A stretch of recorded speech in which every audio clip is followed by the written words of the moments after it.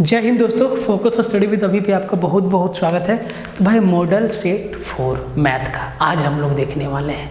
3 हम लोग देख चुके हैं, तीनों वीडियो का लिंक डिस्क्रिप्शन में दिया हुआ है।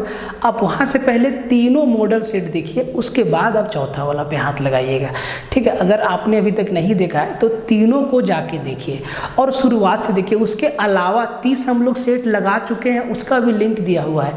सबका अलग अलग प्लेलिस्ट अभिषेक सर बना दिए हैं, ठीक है। तो आप डिस्क्रिप्शन में जाइए या आप चैनल पे जाइए और वहाँ पे प्लेलिस्ट में सबका अलग अलग प्लेलिस्ट बना हुआ है, ठीक है।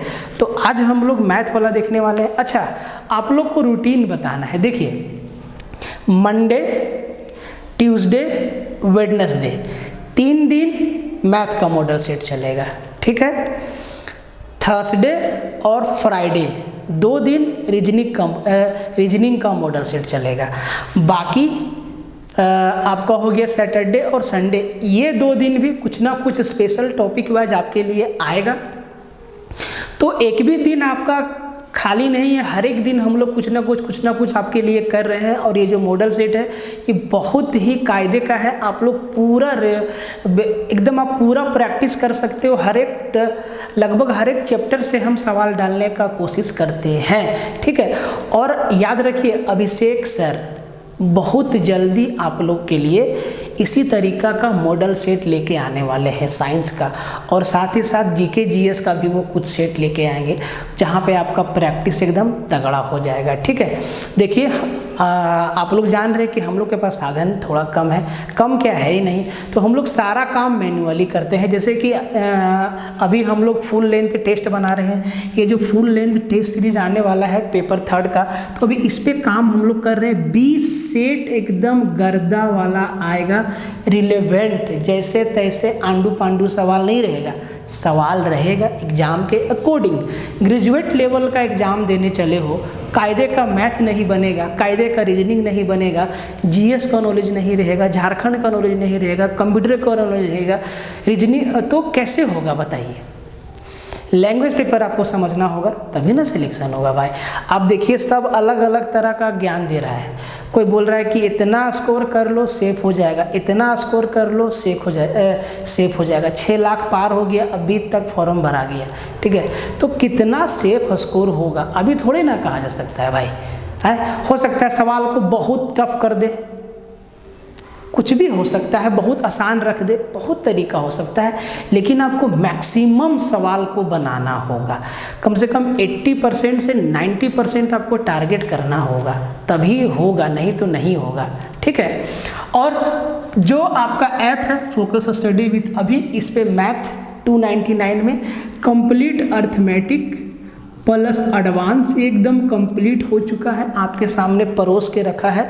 आप इसको कंप्लीट रिवीजन, अभी बहुत वक्त है, आप कंप्लीट रिवीजन कर सकते हैं, आप कंसेप्ट को समझ सकते हैं, सब कुछ आपके पास है। अभिषेक सर 499 में कंप्लीट साइंस करवा रहे हैं। कायदे से देख रहे, एक एक सवाल को कॉपी पे, पेन पे लिख के आपको समझा रहे हैं। साथ ही आपको वो पीडीएफ भी दे रहे हैं। तो इतना करना मजाक नहीं है, ठीक है। 499 में कंप्लीट साइंस आपको बता रहे हैं। रीजनिंग 199 का है, कंप्लीट टारगेट अभी चल रहा है, कुछ दिन में समाप्त हो जाएगा, ठीक है। आप इसको भी कर सकते हैं। अगर आपको सब लेना है तो आपके लिए बेस्ट प्राइस है कोम्बो का 699, आप इसके साथ भी जा सकते हैं, ठीक है। 699 में आपको सब कुछ मिल जाएगा। इसके अलावा आपको टेस्ट सीरीज भी मिलेगा, जो कि हम यहाँ पे नहीं लिखे हैं। कंप्यूटर का टेस्ट भी मिलेगा, मैथ का टेस्ट भी मिलेगा, और बहुत कुछ मिलेगा, ठीक है। तो विशेष जानकारी के लिए आप ये टेलीग्राम ग्रुप ज्वाइन कर लीजिएगा, लिंक डिस्क्रिप्शन में दिया हुआ है, ठीक है। और कोई भी अगर आपको जानकारी लेना हो डायरेक्ट फ़ोन से, तो डिस्क्रिप्शन में फ़ोन नंबर भी दिया हुआ है, आप उस पर व्हाट्सअप भी कर सकते हैं और बात भी कर सकते हैं। और अभिषेक सर आप लोगों के लिए बहुत मेहनत कर रहे हैं। साइंस का मॉडल सेट वो जल्दी लेके आएंगे। थोड़ा उनका कोर्स अभी चल रहा है जेएसएससी का भी और रेलवे का भी, ठीक है। तो भाई वो अभी केमिस्ट्री में लगे हुए हैं, जैसे उनका कंप्लीट हो जाएगा तो वो झकास, देखिए उनका नॉलेज का तो कोई मैच नहीं है, मेहनत से पढ़ाते हैं, ठीक है। तो वो लेके आ रहे हैं आपके लिए अभिषेक सर बहुत जल्दी, ठीक है। तो आप इन सब को अगर आपको ज़रूरत लगता है तो आप परचेज कर सकते हैं। और ये जो हमारा प्रैक्टिस सेशन है इसको पूरा प्यार दीजिए, जम के शेयर मारिए, दबा के लाइक मारिए, ठीक है, पूरा फैला दीजिए भाई। तो आप सपोर्ट करोगे तो आपके सपोर्ट से हम लोग आगे जाएंगे, ठीक है। हम लोग बेहतर से बेहतर संसाधन ला के आपको कंटेंट देंगे। अभी स्मार्ट तरीका हो गया है पढ़ाने का, ठीक है। अगर डिजिटल बोर्ड होता तो ऐसे नेक्स्ट करके मालूम है हम आपको 100 से 150 मॉडल सेट करवा देते, लेकिन यहाँ एक एक सवाल लिखना पड़ता है तो थोड़ा सा आदमी विवश हो जाता है। फिर भी डरना नहीं है। हम आपको क्या बोले कि शरीर टूट जाए तो टूट जाए, सपना नहीं टूटना चाहिए। तो सपना के लिए आपको मेहनत करना होगा गर्दा फाड़ के, ठीक है। तो एक एक सवाल को देखिएगा शुरू से लेके आखिरी तक और शेयर मार दीजिएगा। सवाल को पहले खुद से बनाइएगा, उसके बाद वीडियो को देखिएगा। कम से कम 1 लोग 4 दोस्त को शेयर मारोगे भाई, 3 दोस्त को शेयर मारोगे, सबको दिखाओ, क्या दिक्कत। देखिए पहला सवाल है, ज़बरदस्त सवाल है, कैलकुलेशन भी ध्यान रखना होगा, कंसेप्ट भी समान ध्यान रखना होगा। हम आपको क्या बोले, ग्रेजुएट लेवल का परीक्षा दे रहे हैं, थोड़ा बढ़िया लेवल का सवाल प्रैक्टिस करके जाना होगा। जैसे तैसे बउआ लेवल का अगर आप सवाल प्रैक्टिस करके जाओगे तो आपको दिक्कत हो सकता है। देखो प्रैक्टिस का मतलब ही है ना कि कठोर से कठोर परीक्षा से गुजर जाओ अभ्यास में ही, उसके बाद परीक्षा में तो सब कुछ हो जाएगा, ठीक है। देखो ये सवाल देखो, कहता है कि 3 वृत्त ए बी सी एक दूसरे को चित्र में दिखाए गए ढंग से स्पर्श करते हैं। उनमें ए बी तथा सी प्रत्येक की त्रिज्या √2 + 1 सेंटीमीटर है, तो छायांकित क्षेत्र का क्षेत्रफल कितना होगा। ये जो आपको जब हम तीनों वृत्त को एक दूसरे को सटा के जब हम बनाएं, टेढ़ा मेढ़ा हो सकता है सर्कल, तो बीच में जो ये भाग बचा है ना उसको हम लाल कलर से रंग दिए, ठीक है। तो इस क्षेत्र का क्षेत्रफल कितना होगा। सवाल आसान है, कंसेप्ट है तो आसान है, ठीक है। अब देखिए इसको करना कैसे है। तो भाई तीनों का रेडियस दे दिया है √2 + 1 √2 + 1 √2 + 1। तो देखो इसका रेडियस यहाँ से यहाँ मिलाएं, इसका रेडियस यहाँ से यहाँ मिलाएं, यहाँ से भी √2 + 1 और यहाँ भी √2 + 1। फिर यहाँ से यहाँ मिला दिए, इधर भी आपका √2 + 1 है और इधर भी √2 + 1 है, ठीक है। फिर यहाँ से यहाँ मिला दिए, इधर भी √2 + 1 है और इधर भी √2 + 1 है। एक बात बताइए, ये जो आपको ट्रेंगल दिख रहा है ये कैसा ट्रेंगल दिख रहा है। तो आप कहेंगे सर इसका तो प्रत्येक भुजा बराबर है, √2 + 1 यहाँ, √2 + 1 यहाँ, √2 + 1 यहाँ, √2 + 1 यहाँ और इधर भी। मतलब ये जो त्रिभुज है ना, ये त्रिभुज है वो इक्विलेटरल ट्रायंगल है। अब देखो, अब छायांकित भाग का क्षेत्रफल कैसे निकलेगा समझो। तो अगर हम इस त्रिभुज के क्षेत्रफल में से अगर हम वृत्तखंड का क्षेत्रफल घटा दें, देखो ये हमारा वृत्तखंड है, हम आपको दिखाते हैं काला रंग से, ये हमारा क्या है वृत्तखंड है और तीनों भुजा बराबर है तो यहाँ का एंगल है 60 डिग्री। ऐसा 3 वृत्तखंड है और तीनों वृत्तखंड का क्षेत्रफल भी क्या है बराबर है, तीनों 60-60 डिग्री का है। अगर हम पूरे समबाहु त्रिभुज के क्षेत्रफल में से वृत्तखंड के क्षेत्रफल को घटा दें तो ये जो बीच वाला भाग है लाल लाल किया हुआ, इसका क्षेत्रफल आ जाएगा। बोले सर बिल्कुल आ जाएगा, बस आपको तरीके से लिखना है। ऑप्शन को ध्यान से देखिए, हर एक ऑप्शन में आपको पाई नजर आएगा। पाई कहाँ मिलेगा भाई, तो सर्कल के एरिया के फॉर्मूला में पाई r²। तो पाई को कैलकुलेट नहीं करना है, उसको जैसे के तैसा छोड़ देना है। अब हम आपको क्या बोले कि इसका आंसर कैसे आएगा, समझना, बात को ध्यान से समझना। तो हम इस समबाहु त्रिभुज के क्षेत्रफल में से अगर हम ये तीनों वृत्तखंड के क्षेत्रफल को घटा दें तो भाई ये बीच वाला जो है ना छायांकित भाग जो लाल लाल से रंगा है उसका एरिया निकल जाएगा। तो हम आपको क्या बोले, समबाहु त्रिभुज के क्षेत्रफल। तो भाई समबाहु त्रिभुज का क्षेत्रफल क्या होता है, √3/4 गुने भुजा का स्क्वायर। तो √3/4 गुने भुजा का स्क्वायर। तो भैया इसका भुजा क्या है, तो √2 + 1 √2 + 1 √2 + 1 √2 + 1 जोड़ दो तो ये हो जाएगा 2√2 + 2 हो जाएगा, 2√2 + 2 हो जाएगा। मतलब समबाहु त्रिभुज का प्रत्येक भुजा 2√2 + 2 हो जाएगा, ठीक है। तो समबाहु त्रिभुज का क्षेत्रफल क्या होता है, √3/4 गुना भुजा का स्क्वायर, भुजा है 2√2 + 2 का होल स्क्वायर माइनस तीनों वृत्तखंड का क्षेत्रफल घटा देंगे। तो भाई वृत्तखंड का क्षेत्रफल क्या होता है, थीटा बटा 360 डिग्री गुना पाई आर स्क्वायर। ठीक है, तो थीटा क्या 60 डिग्री 60 डिग्री 60 डिग्री, तो भाई हमको 180 डिग्री थीटा का वैल्यू रखना होगा। तो 180 डिग्री बटा 360 डिग्री गुना पाई आर स्क्वायर।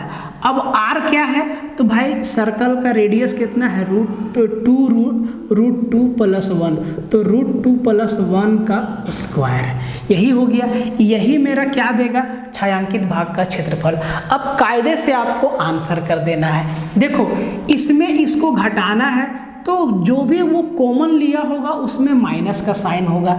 तो देखो यहाँ प्लस का साइन है, यहाँ प्लस का साइन है, यहाँ माइनस का साइन है, यहाँ माइनस का साइन है। ध्यान रखना है, आंसर होगा माइनस का साइन। अब थोड़ा इसको एक बार कैलकुलेट कर लो ध्यान से। देखो भाई इसको तोड़ोगे 2√2 + 2 का होल स्क्वायर, तो देखो कैसे तोड़ना है। ये √3/4 हो गया गुना a + b का होल स्क्वायर, तो a स्क्वायर, तो 2 दूना 4 दूना 8 प्लस b स्क्वायर 2 का स्क्वायर 4, तो ये 8 और 4 12 हो जाएगा, प्लस 2ab, तो 2 दूना 4 दूना 8, मतलब ये 8√2 हो जाएगा, माइनस 180 को 360 से भागा देंगे तो यहाँ आ जाएगा पाई और नीचे आ जाएगा 2, 180 दूना 2 बार में कट जाएगा। अब ये है √2 + 1 का होल स्क्वायर, तो ये a + b का होल स्क्वायर है, एक बार में लिखो a स्क्वायर 2 का स्क्वायर √2 का स्क्वायर 2 + 1 का स्क्वायर 1, ये 3 हो जाएगा, प्लस 2ab मतलब 2√2 हो जाएगा, यही आएगा। अब जरा ध्यान से देखो 12 और 8 में क्या कॉमन निकाल सकते हैं, तो सर 4 कॉमन निकाल सकते हैं। जैसे कि 4 से 3 बार में, 4 से 2 बार में, मतलब ये हो गया मेरा √3 इंटू ये 3 + 2√2, 3 + 2√2 माइनस π/2, और इधर भी हो गया 3 + 2√2, ये है ना, सेंटीमीटर स्क्वायर लगा देंगे क्योंकि लेंथ सेंटीमीटर में। ठीक है, अब देखो यहाँ से क्या कॉमन आएगा, 3 + 2√2, 3 + 2√2, 3 + 2√2 कॉमन आएगा, 3 + 2√2, देखो ये 6 + 2√2 है, 3 + 2√2 है, 3 + 2√2 है, और ये 6 + 2√2 है, ये नहीं होगा, या तो बी या तो सी। अब देखो आपको कैलकुलेशन करना नहीं है, क्योंकि जब इसको कॉमन लेंगे यहाँ माइनस का साइन है, अंदर माइनस का साइन आएगा, मतलब यहाँ प्लस का साइन है, ये नहीं होगा, आंसर हमारा सी हो जाएगा। अब इसको हम कैलकुलेट करके भी आपको दिखा देते हैं। तो 3 + 2√2 को जब कॉमन लेंगे तो अंदर बचेगा √3 माइनस π/2 और सेंटीमीटर स्क्वायर लगा दिए, ये आपका क्या होगी आंसर। देखो बहुत ही अच्छा सवाल था, ऐसा सवाल ना आसान होता है, मुश्किल नहीं है। हम आपको बार बार कहते हैं कि अच्छा लेवल का सवाल लगा के जाओ, ग्रेजुएट लेवल का परीक्षा देने जा रहे हो तो प्रैक्टिस मजबूत करो, और जितना लोग कर रहे हैं ना उससे थोड़ा ऊपर करो, तब जाके आप जो है एक सीट पक्का कर पाएंगे। ठीक है, देखिए बहुत अच्छा सवाल है ये। दूसरा सवाल आपका इंस्टॉलमेंट से है, सवाल आ गया तो क्या करेंगे, हर चीज़ प्रैक्टिस में आपको इतना करवा देंगे ना भाई कि आपको मतलब बहुत ज़्यादा कंसेप्ट आपका ना, बहुत सारा कंसेप्ट यहीं से क्लियर हो जाएगा। बस आपको करना क्या है कि आपको शेयर मारते जाना है, थोड़ा मेहनत के लिए लाइक ठोक दो, दबा के थोड़ा शेयर मार दो। देखो कहता है कि 11,000 की धनराशि का ऋण लिया गया, उसे 2 समान वार्षिक किस्तों में वापस करना है, 2 किस्त में वापस करना है। ठीक, वेरी गुड। यदि उस पर चक्रवृद्धि ब्याज 20% वार्षिक देना हो तो प्रत्येक किस्त कितना होगा। तो देखो हम लिख दिए हैं कि ताकि आपका समय बचे। 2 किस्त के लिए इस फॉर्मूला को याद रखना। ठीक है, P क्या है, कितना रुपया आप उधार लिए हैं, X क्या है, मान लेते हैं कि X रुपया हमको हर एक इंस्टॉलमेंट देना है। ठीक है, तो X क्या है, किस्त है, R क्या है, रेट ऑफ परसेंट है, और यहाँ पे ध्यान देना। ठीक है, तो P = x/1 + r/100 plus x/1 + r/100 का होल स्क्वायर। यहाँ से x का वैल्यू हमको निकालना है। अब देखो भाई P हमारा कितना है, 11,000, कितना है 11,000।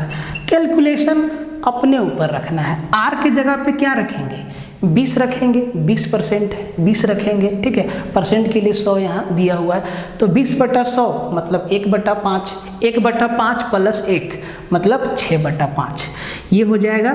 यहाँ पे क्या हो जाएगा, यहाँ पे 6/5 हो जाएगा नीचे में, जब r का वैल्यू 20 रखेंगे तब। तो 6/5 को जब पलट देंगे तो ये क्या हो जाएगा 5x/6, ठीक है।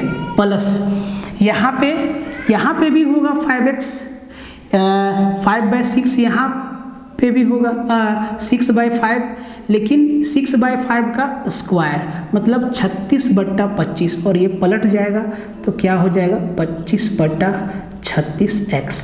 अब इन दोनों से x को कॉमन निकाल लेंगे, इन दोनों से जब x को कॉमन निकाल लेंगे, देखो कैलकुलेशन अपने ऊपर है कि आप किस तरीका से कैलकुलेशन करते हैं, ठीक है, कितना चालाकी से आप कैलकुलेट करते हैं अपने ऊपर है। अब इसको देखो यहाँ पे भाई 5/6 प्लस 25/36। अब यहाँ भी एक तरीका है कैलकुलेशन करने का।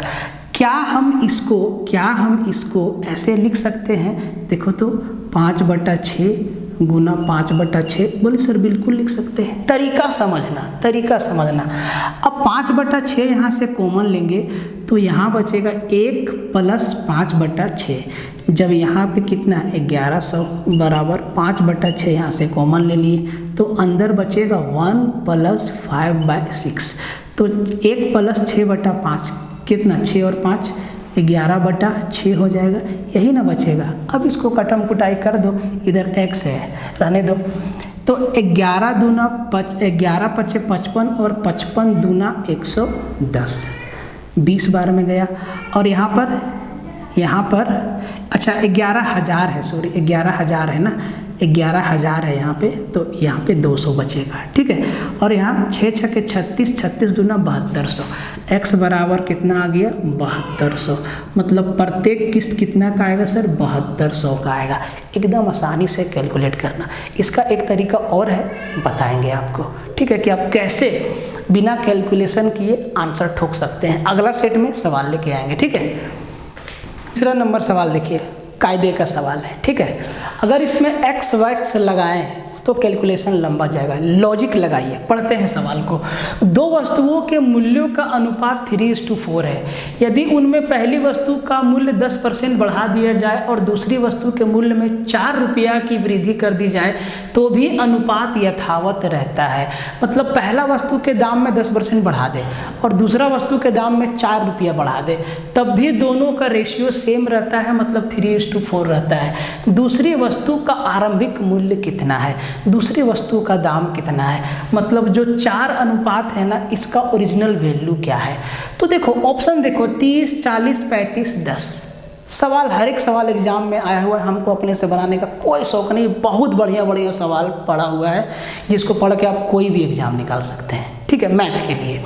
तो देखो, तो यहाँ पे दोनों वस्तुओं का जो रेशियो है वो 3 और 4 है। भाई दोनों वस्तु का जो दाम होगा उसको रखा होगा और फिर सेम नंबर से भागा दे के 3 और 4 लाया होगा। अगर वो सेम नंबर मिल जाए तो आंसर आ जाएगा, ठीक है।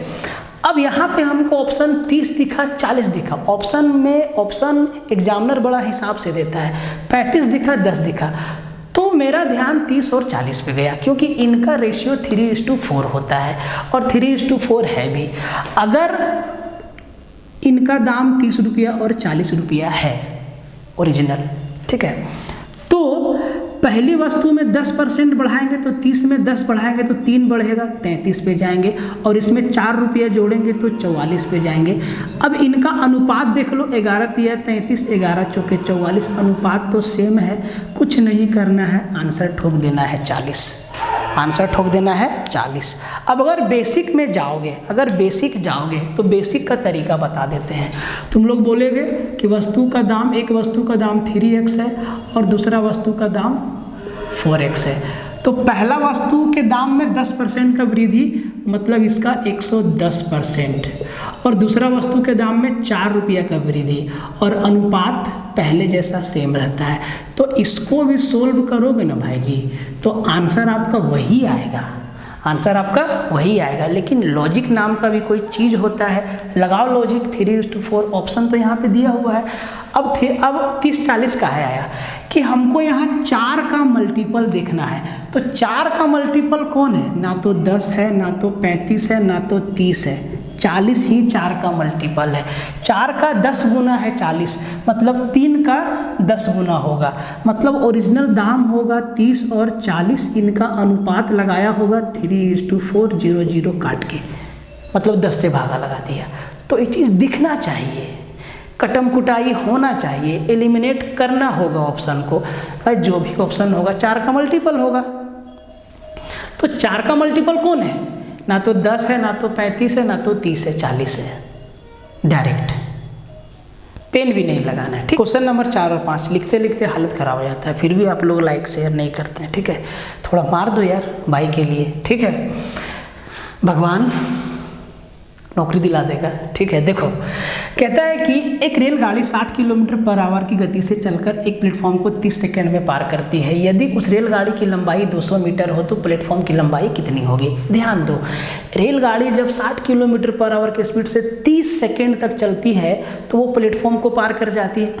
प्लेटफॉर्म को पार कर जाती है, इसका मतलब ये है कि ट्रेन जो है अपनी लंबाई के साथ साथ प्लेटफॉर्म की लंबाई को भी पार कर जाती है। मतलब 30 सेकंड में वो अपनी लंबाई प्लस प्लेटफॉर्म की लंबाई को पार कर जाती है। अगर हम यही निकाल लें कि 30 सेकंड में ट्रेन कितना दूरी जाएगा तो सब कुछ आसान हो जाएगा। क्यों? क्योंकि ट्रेन का लंबाई दिया है 200 मीटर, ठीक है। देखो एकदम लॉजिक से खेलो सवाल के साथ। तो सबसे पहले ये किलोमीटर पर आवर में कर क्या रहा है? जब सब कुछ मीटर और सेकंड में है तो 60 किलोमीटर पर आवर को मीटर पर सेकंड में चेंज करने के लिए 60 गुना 5/18, तो 60 गुना 5/18, 6×18 और 6 कम 6 10 50/3 सेकेंड। मतलब ट्रेन जो है 50/3 सेकेंड में 50 किलोमीटर पर आवर से तो 50/3 मीटर पर सेकेंड। अब स्पीड क्या आ गया? 50/3 मीटर पर सेकेंड की स्पीड से चल रही है, ठीक है। स्पीड वही है, ठीक है, यूनिट चेंज हुआ है। तो 50/3 मीटर पर सेकेंड की स्पीड से अगर ये 30 सेकेंड तक चलेगी तो कितना दूरी जाएगा? दूरी बराबर 4 गुना समय, तो 3 दहे के 30, 500 मीटर जाएगी। अब 500 मीटर का लंबाई तय करती है, उसमें से 200 मीटर लंबी ट्रेन है, तो भाई 200 मीटर घटा दो, मतलब 300 मीटर लंबाई है प्लेटफॉर्म का। ख़त्म कहानी। कुछ करना पड़ा? नहीं करना पड़ा। लॉजिक से तोड़ो सवाल को। कहता है कि इसमें में सबसे बड़ा कौन है? तो सबसे बड़ा कौन है? सबको पहले घात में चेंज कर दो। तो ये यहाँ पर करनी आपका 4 है, 5 है, 10 है, 20 है। तो हम इसको क्या लिख देंगे? 2 का पावर 1/4। इसको हम क्या लिख देंगे? 3 का पावर 1/5, 6 का पावर 1/10 और 15 का पावर 1/20। सबका एलसीएम ले लो। तो 4, 5, 10 और 20 का एलसीएम कितना? 20 आ जाएगा। तो सबको 20 से मल्टीप्लाई कर दो। इसको 20 से मल्टीप्लाई करेंगे 15 बच जाएगा। इसको 20 से मल्टीप्लाई तो 1/10 गुना 20 मतलब 2, 6 का स्क्वायर 36। इसको 20 से मल्टीप्लाई करेंगे तो 5 चौके 20, 3 का पावर 4 मतलब 81 और इसको 20 से मल्टीप्लाई करेंगे तो 2 का पावर 5 मतलब 32। सबसे बड़ा नंबर कौन है? 81 है, मतलब 3 का पावर 1/5 मतलब बी नंबर हमारा क्या आंसर हो गया। तरीका तो आपको पता है, ये तो सवाल रिपीट है, ठीक है। इस तरीका का सवाल लगा के जाओगे तो मजा आएगा। क्वेश्चन नंबर 6 और 7 छोटा छोटा सवाल है लेकिन चोट देगा भाई।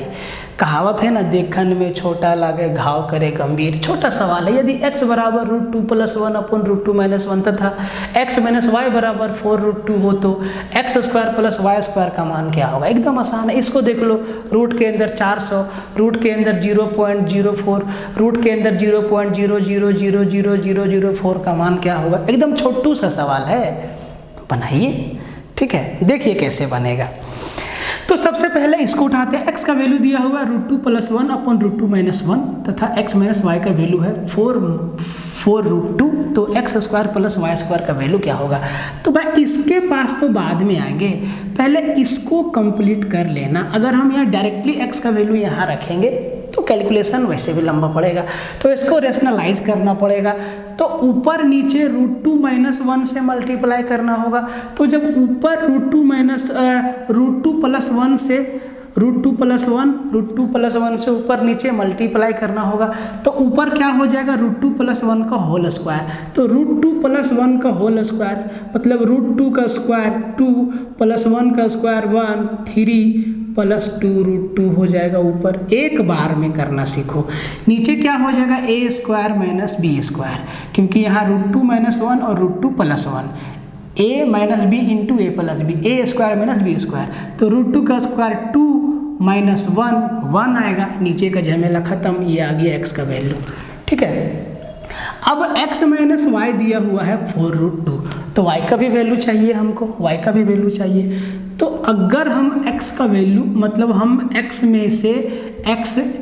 का वैल्यू में से 4√2 को घटा दे, तो y बराबर हो जाएगा 3 + 2√2 - 4√2।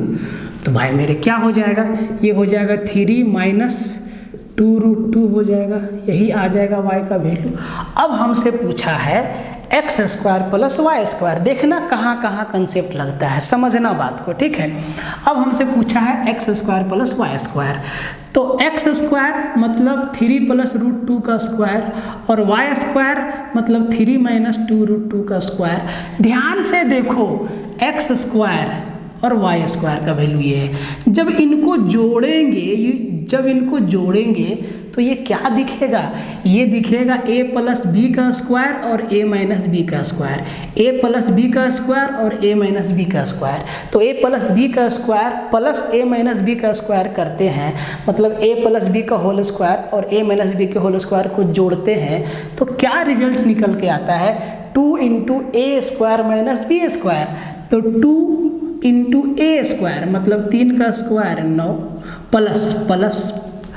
प्लस में आता है प्लस b², तो 2 दूना 4 और 4 दूना 8, तो 9 और 8 17, 17 दूना 34, 34 इसका क्या किधर है आंसर हो जाएगा। बोलो हाँ कि ना। 34 इसका क्या हो जाएगा आंसर हो जाएगा। तरीका से लगाओगे तुरंत बन जाएगा, कंसेप्ट मालूम नहीं रहेगा उलझ जाओगे, ये बात एकदम तय है। ठीक है, 7 नंबर क्वेश्चन को देखो। √400 तो सीधा 20 लिख देंगे, √400 तो सीधा 20 लिख देंगे। √0.04 तो क्या लिख देंगे 0.2 लिख देंगे इसका वैल्यू। ठीक है, √0.000004 कितना डिजिट है 1 2 3 4 5 6 है, तो क्या लिख देंगे 0.002 लिख देंगे। सबको जोड़ के आंसर कमेंट में करिए, आंसर दीजिए। बहुत लोग आंसर देता है, भाई आप लोग बहुत सही काम करते हैं आंसर देके, इससे हमको पता चलता है कि आप लोग सीरियस हैं, सवाल को तरीके से ले रहे हैं, सवाल आपसे बन रहा है। सबसे बड़ी बात यह है कि सवाल आपसे बन रहा है, तो इसका आंसर कमेंट में करिए। तो 20 होगा, 20 में 0.2 जोड़ेंगे और फिर 0.002 जोड़ेंगे, क्या हो जाएगा बता दीजिए इसका आंसर तो जाने। ठीक है, इसका आंसर आप बता दीजिए कौन सा A B C 20 20 20 20 सब में है, सबको सोल्व करना होगा। ठीक है, तो इसका आंसर आप हमको करिए कमेंट में। भाई हम एक एक का कमेंट खुद देखते हैं कि आप लोग क्या लिखते हैं और क्या नहीं लिखते हैं, कितना लोग लिखता है, कितना लोग वीडियो पूरा दिखता है, हर कुछ दिखता है। इसीलिए सावधानी से सीरियस होके इसका आंसर आप दीजिए। ठीक है, क्वेश्चन नंबर 9 और 2 एग्जामिनर का एकदम फेवरेट सवाल, 8 और 9 एकदम फेवरेट सवाल है, बहुत एग्जाम में आपको ये सवाल दिखेगा, इसीलिए डाले हैं। कहता है कि 2 लंबवृत्तीय शंकुओं के आयतनों का अनुपात 1:3 है और उनके व्यासों का अनुपात 3:5 है, उनकी ऊंचाई का अनुपात क्या है। तो 2 शंकु है, उनका आयतन का रेशियो दे दिया है, उनका डायगोनल का रेशियो दे दिया है, उनका हाइट का रेशियो पूछा है। तो क्या लगता है सीधा फॉर्मूला नहीं रख देंगे आए भाई। तो जो पहला शंकु है उसका रेडियस r1 और हाइट h1 मानेंगे, दूसरा शंकु का रेडियस r2 और हाइट h2 मानेंगे। अब देखो जब दोनों शंकु का आयतन का फॉर्मूला क्या होता है 1/3 पाई r² h, तो 1/3 पाई दोनों में है, वो तो कटकुट आ जाएगा, क्या बचेगा r² h। बात को समझा। शंकु के वॉल्यूम का formula 1/3 pi r square h होता है। तो 1/3 पाई और 1/3 पाई दोनों में कॉमन है, ये तो कट जाएगा, लिखेंगे ही नहीं। क्या लिखेंगे? R1 का स्क्वायर इंटू H1 और R2 का स्क्वायर इंटू H2 बराबर 1/3। यही दिया है ना 1/3 भाई, 1/3 पाई 1/3 पाई ऊपर होता है, 1/3 पाई नीचे होता है, कट जाता, नहीं लिखेंगे, काहे लिखेंगे, एकदम नहीं लिखेंगे, ठीक है। अब देखो ये व्यास दिया हुआ है ना, ये डायगोनल दिया हुआ है, तो भैया डायगोनल का आधा होगा आपका क्या, रेडियस। तो जो R1 का स्क्वायर है ना, ये हो जाएगा 3/2, 3/2 का स्क्वायर इंटू H1 बटा R2 का स्क्वायर हो जाएगा 5/2 का स्क्वायर, घबराना नहीं है, इंटू H2 बराबर क्या हो जाएगा 1/3। कैलकुलेशन को समझना ध्यान से कैलकुलेशन को। ये हो जाएगा 9/4, ये हो जाएगा 3/2 का स्क्वायर मतलब 9/4 और 5/2 का स्क्वायर मतलब 25/4। तो 4 से 4 तो ऊपर नीचे कट जाएगा, मतलब यहाँ पे क्या बच जाएगा, यहाँ पे सीधा बचेगा 25 और यहाँ पे सीधा बचेगा 9, सीधा बचेगा 9। अब यहाँ पे H2 होगा ना, अब हमें H1 और H2 का रेशियो जानना है, तो इसको 9 तिहाई 27 मतलब H1 और H2 क्या हो जाएगा 25 ऊपर जाएगा और 9 तिहाई 27 नीचे, 25:27 किधर है, पहला ही ऑप्शन में दिख गया, आंसर खत्म। लंबा चौड़ा जो कटेगा, जब हम जान रहे हैं कटेगा तो काट के लिखेंगे, नहीं लिखेंगे उसको, ऊपर नीचे पेन चलाने का कोई शौक मत रखिए, जो कटेगा उसको पहले ही हटा दीजिए, लिखिए ही मत उसको, ठीक है। क्वेश्चन नंबर 9 देखिए, बहुत फेवरेट सवाल है ये सब, एग्जामिनर का डाल देता है एग्जाम में। 16 मेजों का लागत मूल्य 12 मेजों के बिक्री मूल्य के बराबर है, लाभ प्रतिशत ज्ञात करिए, बिना पेन उठाए आंसर देना है। 16 मेज खरीदने में जितना पैसा लगा, 12 मेज बेच के उतना पैसा हासिल कर लिया, इसका मतलब 12 मेज बेचा तो उसको कोस्ट उसका निकल गया, लागत निकल गया। अब 12 मेज बेच दिया तो उसका कोस्ट निकल गया। अब टोटल 16 बेचना है, 12 बेच दिया, जो 4 बेचेगा वो उसका प्रॉफिट है, मतलब 4 मेज प्रॉफिट है 12 में। तो भैया 4/12 मतलब 1/3, 1/3 मतलब 33 सही, 1/3% क्या आंसर हो गया। कुछ करना है नहीं ना करना है भाई, तरीका रहेगा, लॉजिक रहेगा, सवाल को उड़ा दोगे। क्वेश्चन नंबर 10 देखिए, मस्त वाला सवाल है, एकदम आसान है, एकदम हलवा है, कंसेप्ट पे टिके रहिएगा।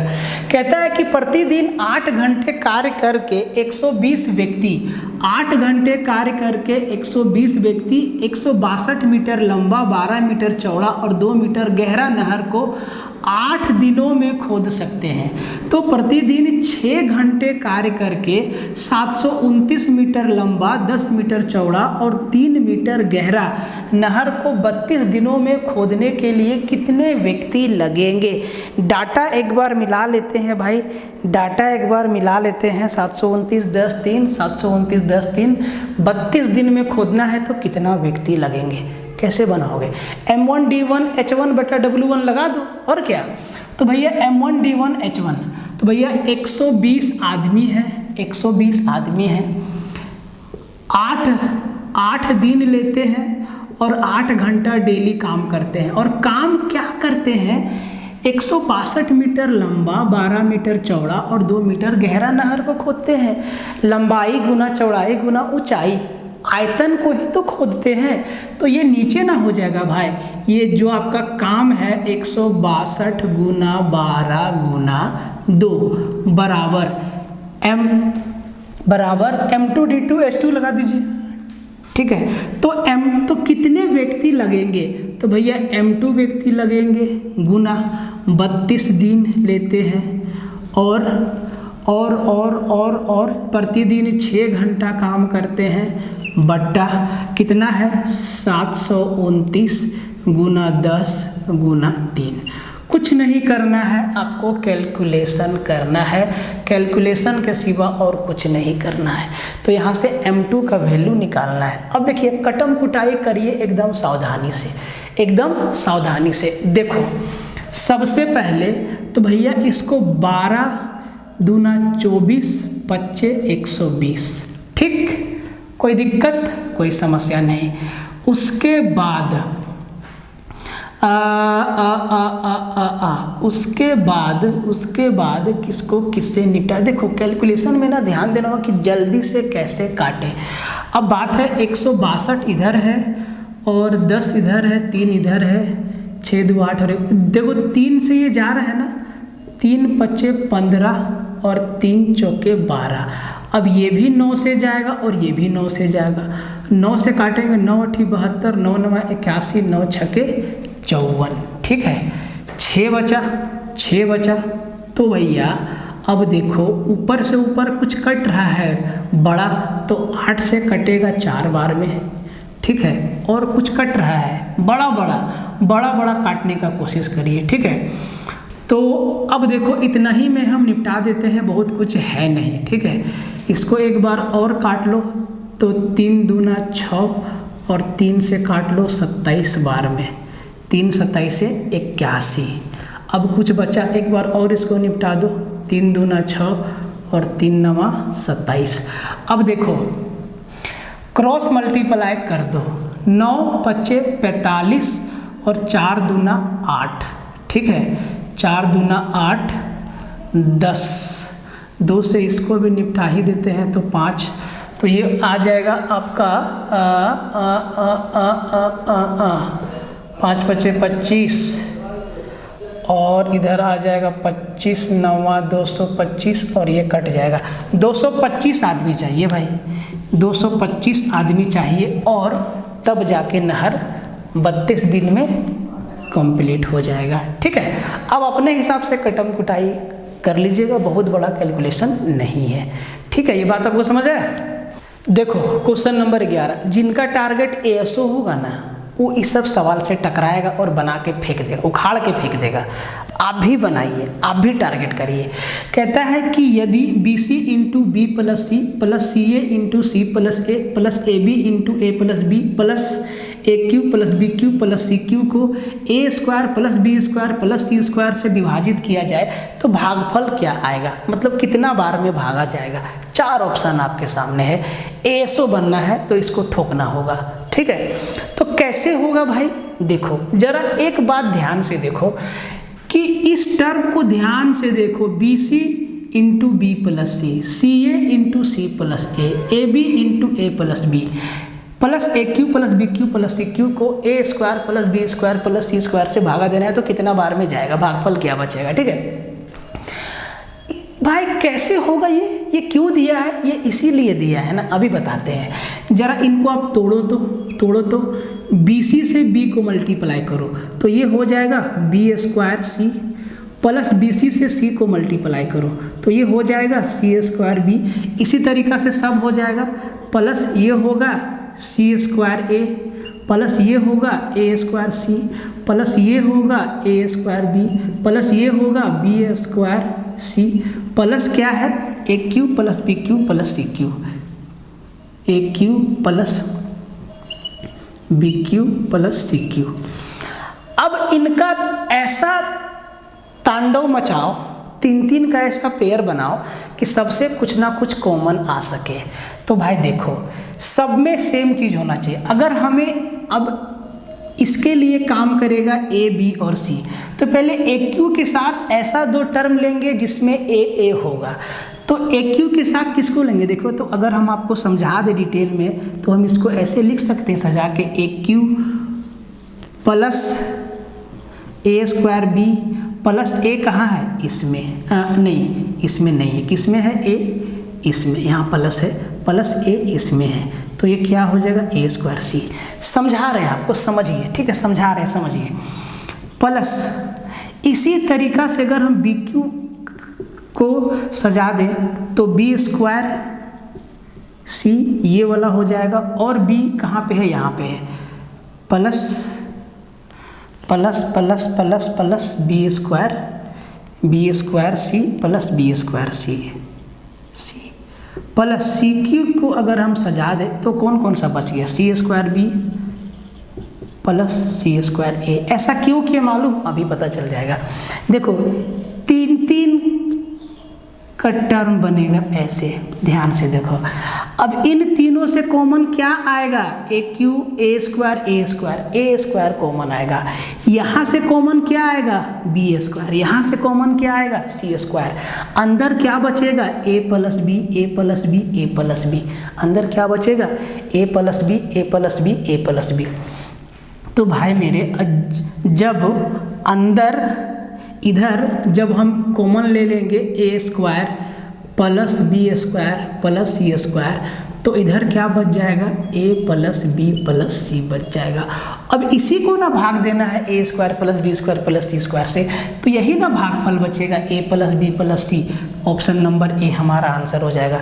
गजब का सवाल है, अलजेब्रा का मस्त सवाल है। फॉर्मूला आपको नहीं लगाना है, अरेंज करके आंसर बताना है, ठीक है। दो लाजवाब सवाल एक साथ ज्योमेट्री में एडवांस मैथ से, 12 और 13। एक है ज्योमेट्री से, एक है ट्रिको से। मस्त वाला सवाल है, कंसेप्ट रहेगा, फोड़ दोगे एकदम फटाक से। 12 नंबर सवाल कहता है कि एक त्रिभुज ए बी सी में एंगल ए बराबर 115 डिग्री है, एंगल सी बराबर 20 डिग्री है, और डी भुजा बी सी पर एक ऐसा बिंदु है जिसमें A D perpendicular to B C, मतलब ए डी लंब है बी सी पर, तथा बी डी बराबर 7 सेंटीमीटर है। तो ए डी की लंबाई क्या है, ए डी का लेंथ पूछा है। फिगर बनाना होगा, ज्योमेट्री का रूल है, फिगर समझ गए, आंसर आ गया। बस थ्योरम आपके दिमाग में होना चाहिए, ठीक है। तो जी इसको बना देते हैं एक ट्रायंगल हम ए बी सी, ठीक है भाई। ये लो बना दिए triangle A B C. Angle A नाम दे दिए, बी नाम दे दिए, सी नाम दे दिए। ये एंगल कितना दिया हुआ है, तो जी 115 डिग्री यहाँ बाहर लिख देते हैं, ठीक है। एंगल सी कितना है सर, तो ये 20 डिग्री है, यहाँ लिख देते हैं। तो एंगल बी कितना होगा गुरुदेव, कोई मतलब नहीं बनता है, खुद निकल जाएगा। अब ए डी परपेंडिकुलर है बी सी पे, ए से डी एकदम ऐसे परपेंडिकुलर, मतलब 90 डिग्री इधर 90 डिग्री इधर, यहाँ पे डी है। बी डी का लेंथ दिया है 7 सेंटीमीटर, तो ए से डी का लेंथ पूछा है, ए से डी का लेंथ पूछा है। अब थोड़ा एंगल पे ध्यान दो, आंसर आ जाएगा। यहाँ 90 डिग्री है गुरुदेव, बोलो हाँ। यहाँ भी 90 है, बोलो हाँ, ठीक है। ये 20 है, ये 115 है, तो ये कितना होगा, तो भाई 115 और 20 135, 115 और 20 कितना 135। तो पूरा ट्रायंगल ए बी सी का एंगल का सम कितना 180 डिग्री, 180 में 135 गया, तो 45 बचा, मतलब ये कितना है भाई 45 डिग्री। अब देखो छोटू वाला ट्रायंगल में बी ए डी में, क्योंकि ए डी का लेंथ पूछा है, तो बी ए डी में एक एंगल 90 का है, एक 45 का है, तो मतलब ये भी 45 डिग्री होगा। 90 45 135 और 45 180। ए डी बी या बी ए डी तीनों कोनों का योग 180 डिग्री हुआ। अब ध्यान दो, दो एंगल बराबर है, तो दो एंगल बराबर है तो उनके आमने सामने का दो भुजा बराबर होगा। तो इस 45 के सामने ये वाला भुजा 7 सेंटीमीटर है, तो इस 45 के सामने ये वाला भुजा भी कितना 7 सेंटीमीटर होगा, मतलब एडी का लेंथ भी कितना हो जाएगा 7 सेंटीमीटर। मज़ा आया एकदम, कुछ भी लगा, कंसेप्ट रखोगे उड़ जाएगा सवाल। एसओ तो एकदम आएगा हाथ में, बशर्ते कंसेप्ट रखना, ठीक है। इस सवाल को देखिए, इस सवाल को देखिए, इसको मिटा देते हैं मेरे भाई। अब क्वेश्चन नंबर 13 देखो, कहता है कि यदि कोस का power 4x plus cos square x बराबर 1 है तो 10 का power 4x plus 10 square x का वैल्यू क्या होगा। तो भाई 10 को ना कोस और साइन के फॉर्म में चेंज कर दो। उससे पहले इसको थोड़ा ध्यान से देखो कि ये है क्या। ये कुछ नहीं है, क्या हम इसको ऐसे लिख सकते हैं, कोस का पावर 4x बराबर इस कोस स्क्वायर x को इधर ले जाते हैं तो ये हो जाएगा 1 माइनस कोस स्क्वायर x, और 1 माइनस कोस स्क्वायर x क्या होता है साइन स्क्वायर x। मतलब ये इक्वेशन कुछ भी नहीं है, ये कोस रेज टू पावर 4x बराबर साइन स्क्वायर x है, यही है ना। अगर ऐसा है तो इसका वैल्यू क्या होगा, इसको तोड़ दो थोड़ा, साइन और कोस के फॉर्म में तोड़ेंगे तो 10 बराबर क्या होता है साइन बटा कोस, मतलब ये हो जाएगा 10 raise to power 4x sine raise to power 4x upon cos raise to power 4x sine square x बटा कोस स्क्वायर x, यही हो जाएगा। नीचे क्या आया देखो, इमेजिन करो भाई, नीचे क्या आया, नीचे आया साइन का पावर 4x और यहाँ आया साइन स्क्वायर x। एलसीएम क्या आ जाएगा, साइन का पावर 4x। इस हद तक तोड़ दो ना सवाल को कि भैया बोले कि भैया माफ़ी दे दो। ठीक है, एलसीएम क्या आया, साइन का पावर 4x। अब यहाँ भी है साइन का पावर 4x, तो यहाँ क्या हो जाएगा, कोस का पावर 4x प्लस यहाँ पे क्या है, कोस स्क्वायर x, और यहाँ पे क्या है, नीचे में है साइन कोस स्क्वायर, सॉरी नीचे आएगा एलसीएम कोस का पावर 4x। मिस्टेक हुई है, देखो हम ही अपने इमेजिनेशन बोल के फंस गए, मिस्टेक हो गया। नीचे आ जाएगा कोस का पावर 4x, तो कोस का पावर 4x, यहाँ भी है कोस का पावर 4x, यहाँ भी है कोस का पावर 4x, ऊपर क्या है साइन, मतलब यहाँ हो जाएगा साइन का पावर 4x प्लस यहाँ पे क्या है भाई, यहाँ पे क्या है साइन स्क्वायर x बट्टा कोस स्क्वायर x। तो कोस स्क्वायर को कोस 4 में भागा देंगे तो क्या बचेगा कोस स्क्वायर x इंटू क्या होगा यहाँ पे साइन स्क्वायर x। अब जरा ध्यान से देखो मेरे भाई, अब ध्यान से देखना, साइन स्क्वायर x इसमें भी, अगर दोनों से हम साइन स्क्वायर x को कॉमन ले ले तो अंदर क्या बचेगा, अंदर बचेगा sign square x plus cos square x, और ये क्या 1 हो जाएगा, बट्टा में क्या है कोस का पावर 4x। तो इसका वैल्यू क्या होता है, 1 होता है। अब देखो, अब ये चीज़ आपका काम आएगा, साइन स्क्वायर x की जगह पे क्या रख सकते हैं, कोस स्क्वायर 4, कोस का पावर 4x, मतलब इसके जगह पर हम रख सकते हैं कोस का पावर 4x, और ऊपर नीचे कट कुट आ जाएगा, क्या देगा 1 देगा। ये देखो आंसर 1। दिमाग सर में दर्द कराना होगा, ऐसे नहीं होगा, ऐसे नहीं होने वाला है। दिमाग लगाना होगा, माथा पेची करना होगा, पढ़ना होगा अल्टीमेट। ठीक है, से 2 सवाल, मस्त वाला सवाल है, आंसर एक सवाल का कमेंट भी देना है, कौन सा बताते हैं। कहता है कि एक जॉगर चाहता है कि वह अपनी खास दौड़ अपने सामान्य समय से 1/4 कम समय में पूरा करे। उसे उस लक्ष्य को पाने के लिए दौड़ने की गति को कितना बढ़ाना होगा। भाई इतना अच्छा सवाल है ना कि देखते ही आंसर ठोक देना तुम लोग। कैसे, समझो, बताते हैं। वो चाहता है कि वो जितना समय पहले ले रहा था उसमें से 1/4 समय कम ले।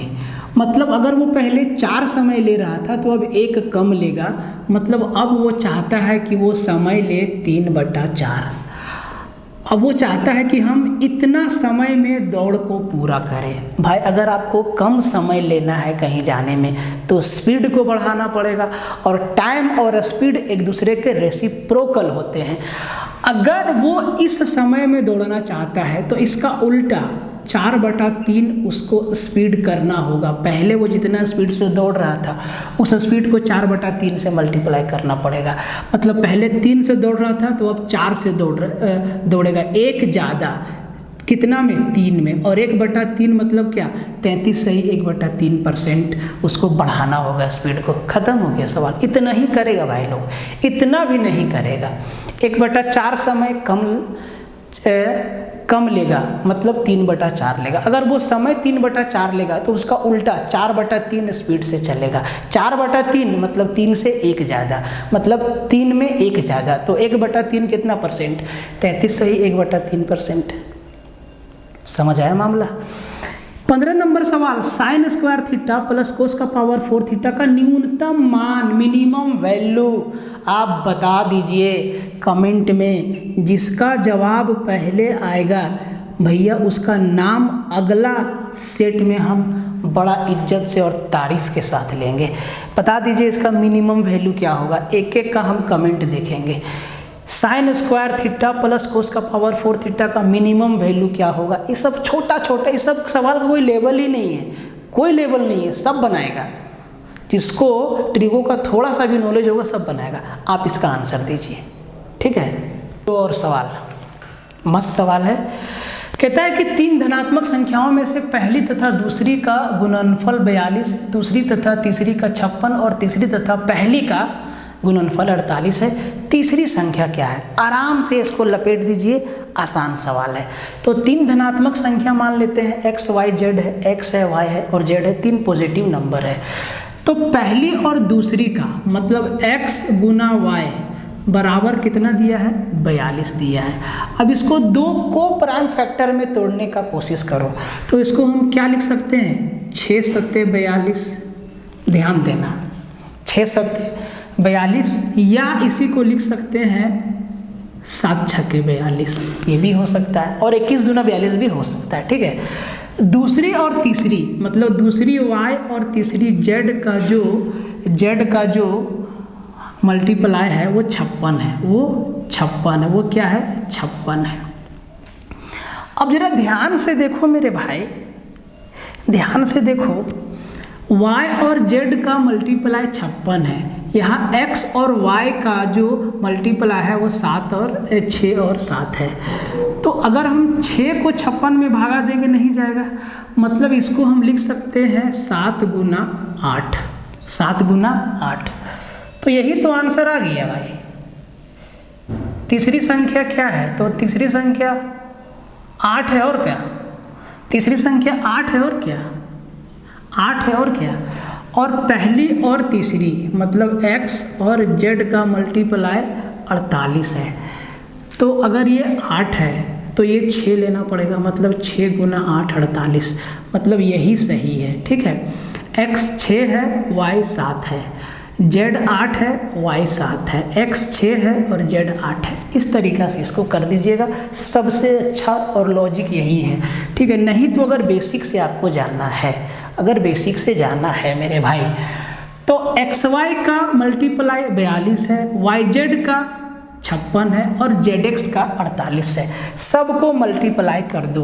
अगर बेसिक से इसका जानना है कि इसका बेसिक क्या है तो सबको मल्टीप्लाई कर दो, तो हो जाएगा x y z का होल स्क्वायर हो जाएगा और बराबर हो जाएगा 42 गुना 56 गुना 48 और स्क्वायर हटेगा, इसका रूट लग जाएगा, ठीक है।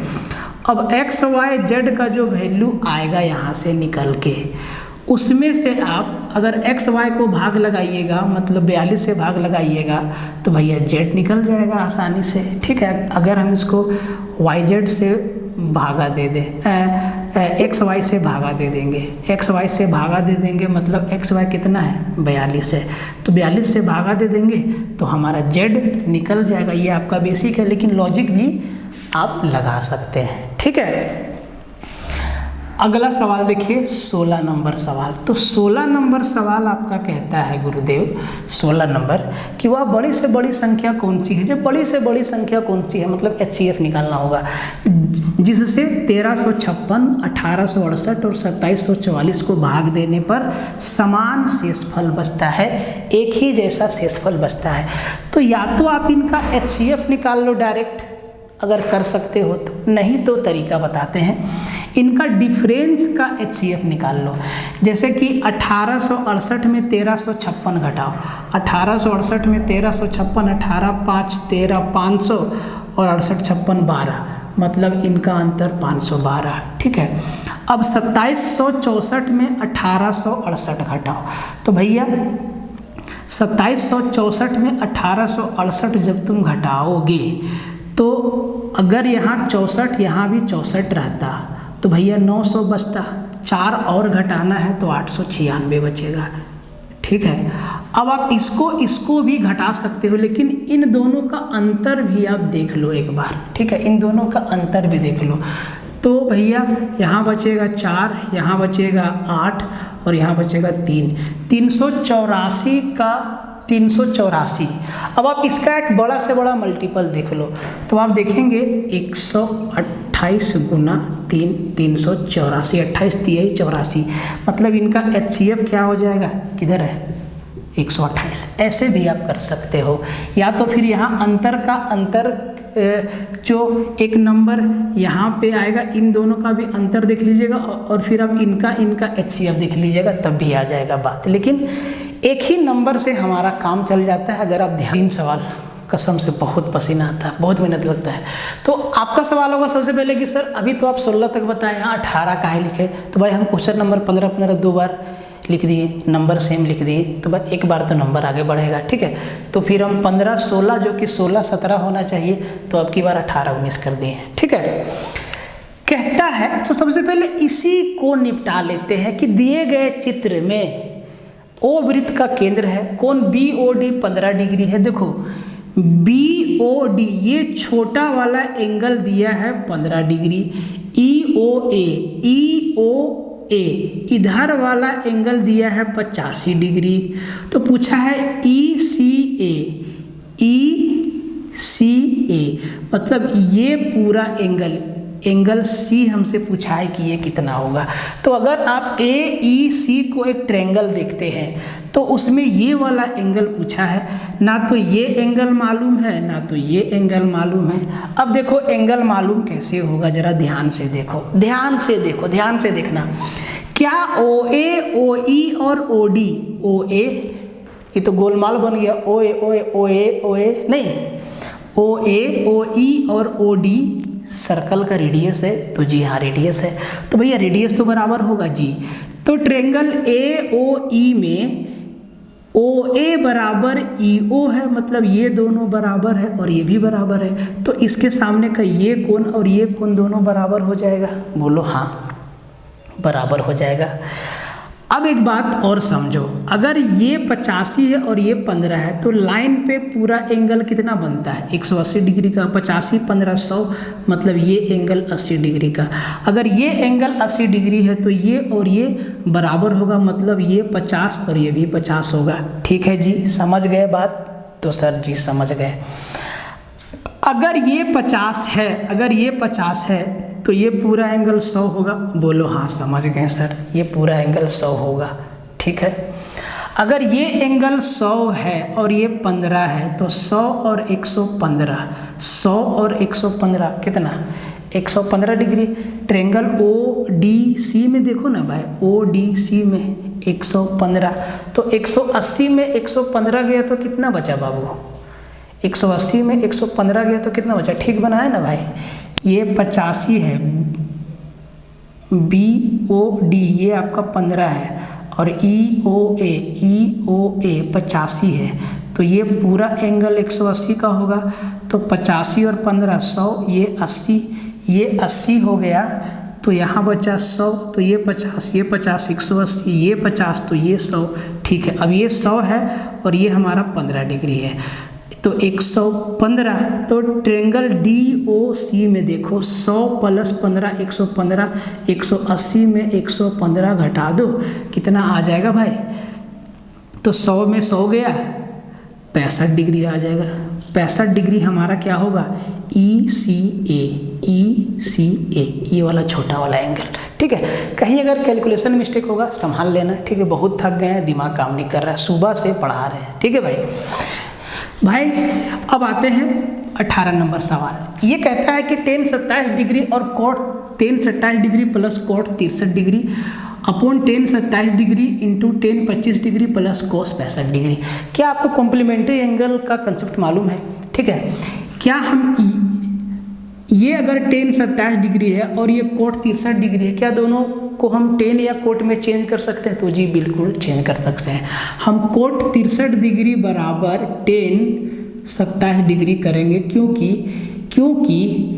ये दोनों क्या है, कॉम्प्लीमेंट्री एंगल। तो हम इसके जगह पे सीधा हम tan 27 डिग्री लिखेंगे। ऐसा नहीं लिखेंगे कि हम इसको लिख सकते हैं cot 90 माइनस 63 बराबर tan 27, cot 90 माइनस 27 मतलब tan 27। उतना लंबा आपको नहीं करना है, कॉम्प्लीमेंट्री एंगल का कंसेप्ट देखो, उड़ा दो।